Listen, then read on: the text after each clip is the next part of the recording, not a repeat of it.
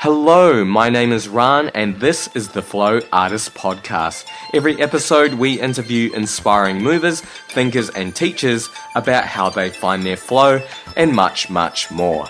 If you love yoga, movement and meditation, you are listening to the right podcast.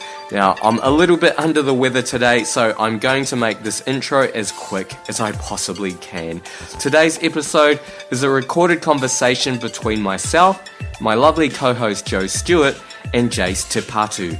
Jace is a yoga teacher based in Wellington, New Zealand. He has such a lot of good stuff going on.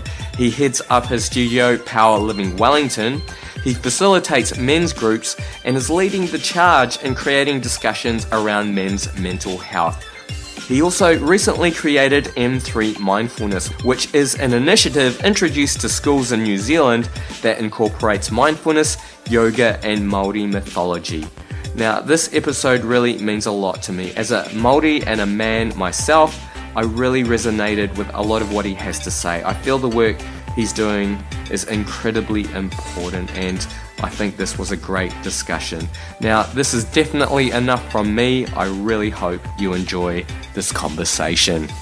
Thanks so much for speaking with us today, Jace. It's so good to talk to you. We've been to some of your classes back in New Zealand, and I really had a great time there, so I've been really looking forward to speaking with you. I guess we should start at the beginning. I understand you were brought up by your grandparents and spoke Māori from a very young age, so I'd really love to hear what that was like. Yeah, I was really fortunate. I see it as a fortunate thing to be brought up by my grandparents, and they were of the era that in New Zealand they were punished for speaking Māori at school. Mm-hmm.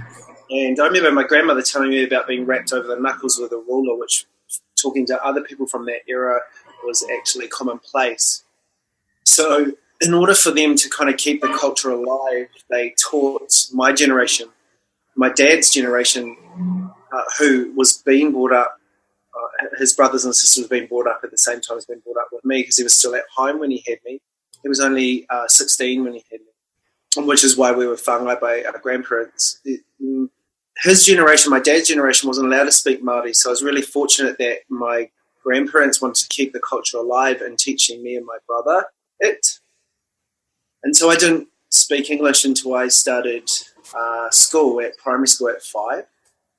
And I suppose it's been really good to be able to have two cultures, like being brought up Māori and then also, you know, like starting to go to school, and I was fortunate enough to go to a really fine boarding school here in New Zealand.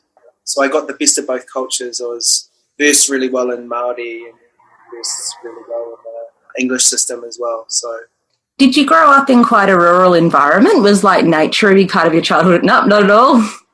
No, well, in the weekends we did. So as part of Māori culture, we have what's called a marae. A marae is kind of like it's the best way to describe it. It's kind of like a big, it's a little community, I suppose, where your tribe that you belong to kind of occupies that area. And that's your kind of like central place. It's kind of way of the community, your immediate family, first cousins, etc., and to kind of convene. So on the weekends, we'd go out into the farm. So that was really rural. But I was brought up in a city, which in New Zealand terms is only 30,000 people. And so, yeah, I really, even in that way, got the best of having been out in the weekends, going out to the marae and being rural and, you know, running around in the paddocks and gathering up the sheep and, you know, being surrounded by my cousins in that way, but then also having a city lifestyle.